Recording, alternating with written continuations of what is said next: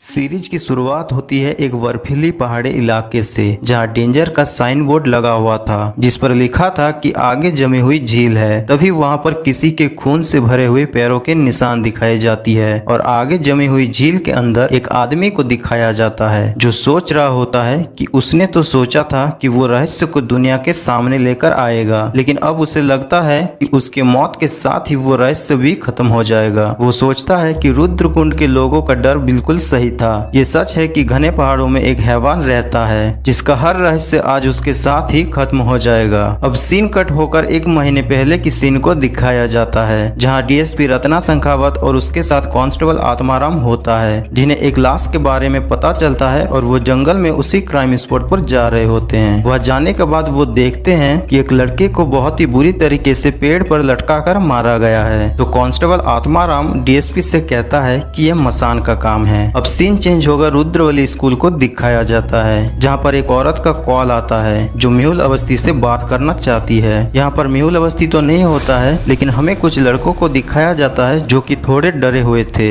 तभी स्कूल के सभी स्टूडेंट्स को हेडमास्टर ने अर्जेंटली बुलाया होता है। हेडमास्टर सभी को बताते हैं कि पुलिस को जंगल में मेहुल अवस्थी की लाश मिली है। हेडमास्टर सबको बता ही रहा होता है कि तभी कल्की नाम की एक लड़की जो मेहुल अवस्थी की बेस्ट फ्रेंड थी, वो हेडमास्टर से कहती है कि इन्हीं तीनों की वजह से मेहुल मारा गया होगा, क्योंकि यही तीनों उसे बुली किया करते थे। अब जयंत पारेख और उसकी वाइफ सोनालिका को दिखाया जाता है जो कार से रुद्रवली स्कूल आ रहे होते हैं। जयंत पारेख रुद्रवली स्कूल में इंग्लिश के टीचर हैं। जब जयंत ड्राइविंग कर रहा होता है तभी अचानक उसे सामने एक लड़की दिखाई देती है और उसे बचाने के चक्कर में उसके कार का एक्सीडेंट हो जाता है। वो दोनों जब कार से निकल कर बाहर आते हैं तब जयंत की वाइफ उसे कहती है कि उनकी बेटी बिन्नी कार में ही रह गई है। तब जयंत कार से एक पत्थर लेकर आता है जिसे उसकी वाइफ अपनी बेटी बिन्नी समझ रही होती है। तभी वहाँ पुलिस आ जाती है और उन्हें अपने साथ जाने को कहती है। अगले सीन में हम एक आदमी को देखते हैं जो विधायक को बता रहा होता है कि मेहुल अवस्थी की लाश जंगल में मिली है और वो उन्हें ये भी बताता है कि ये काम मसान का है। यहाँ पर विधायक लाश के बारे में कुछ नहीं बोलता, बल्कि वो अपने बेटे वायु के बारे में पूछता है। आगे हम देखते हैं कि उस इंस्पेक्टर ने जयंत को उसी क्राइम स्पॉट पर लेकर आ गया था जहाँ पर मेहुल अवस्थी की लाश मिली, और मेहुल अवस्थी की लाश देखकर जयंत काफी भावुक हो जाता है, जिसे काफी सारे पुलिस वाले मिलकर रोकते हैं और थोड़ी देर बाद पुलिस वाले जयंत को शांत करके घर भेज देते हैं। जयंत घर जाने के बाद अपनी वाइफ को रेस्ट करवाता है। दूसरी तरफ डीएसपी आत्माराम से पूछती है कि मेहुल की बॉडी देखकर जयंत इतना ज्यादा भावुक क्यों हुआ। तो आत्माराम डीएसपी को बताता है कि जयंत बस 2-3 महीने से ही यहाँ इंग्लिश पढ़ा रहे हैं। वो इस शहर में नया है और कैंपस के क्वार्टर में ही रहते हैं। थोड़ी देर बाद डीएसपी जयंत से मिलती है और उसे मेहुल के दोस्तों से मिलवाने को कहती है। अब स्कूल के अंदर हमें 3 स्टूडेंट को दिखाया जाता है, जिनमें इमरान, जॉन और संजय, ये वही लड़के होते हैं जो मेहुल को बुली किया करते थे।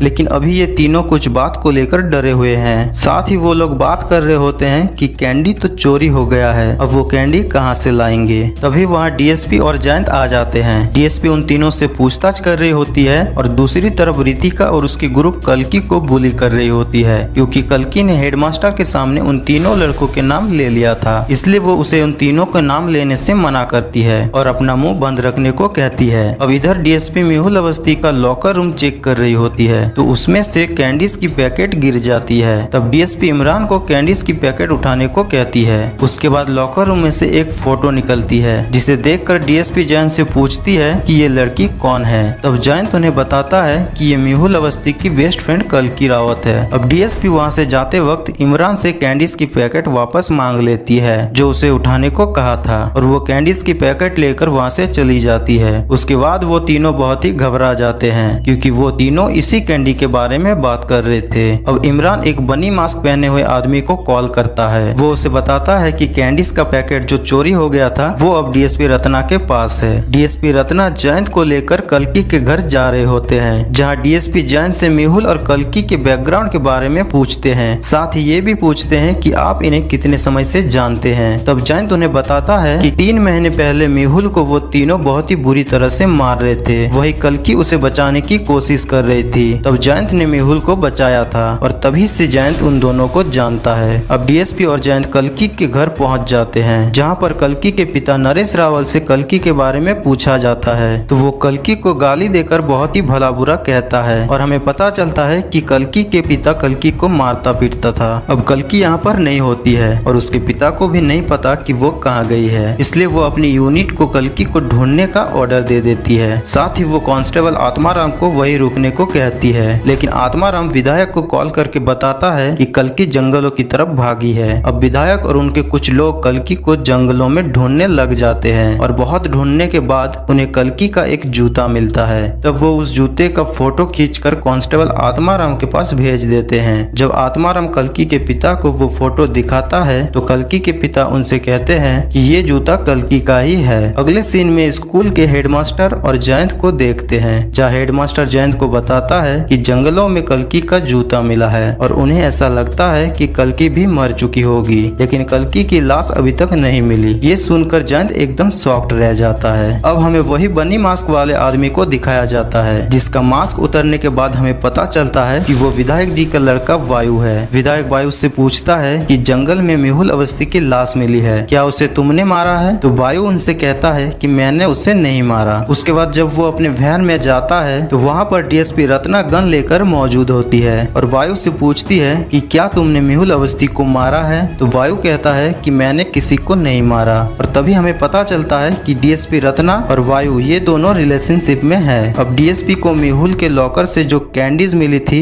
वो वायु को देती है और उससे कहती है कि वो बार बार उसके लड़कों को नहीं बचा सकती। उसके बाद वो दोनों इंटीमेट हो जाते हैं। अब सीन चेंज होकर जयंत को दिखाया जाता है, जहाँ उसे ऐसा लगता है कि वो किसी की जान नहीं बचा पा रहा है, इसलिए वो खुद अपनी कार में बैठकर सुसाइड करने की कोशिश करने लगता है। उसका दम घुटने लगता है, वो मरने ही वाला होता है। तभी उसे सामने कोई दिखाई देता है। जब वो कार से उतरकर उसकी तरफ बढ़ता है तो वो देखता है कि सामने कल्कि है, जो काफी जख्मी हो चुकी है। वो जयंत के पास रोते हुए जाती है और कहती है कि उसने मेहुल को मार दिया, अब मुझे भी मारने वाला है। ये कहकर वो वहीं बेहोश हो जाती है और उसके पैकेट से एक कैमरा नीचे गिर जाती है और तभी जंगल के बीचों बीच हमें मसान को दिखाया जाता है और इस सीरीज की एपिसोड 1 यहीं पर खत्म हो जाती है। दोस्तों, अगर आपको ये सीरीज अच्छा लग रहा है तो वीडियो को लाइक, कमेंट और शेयर कीजिए। चैनल पे नए तो चैनल को सब्सक्राइब करके बेल बटन को ऑल पर दबा दीजिए।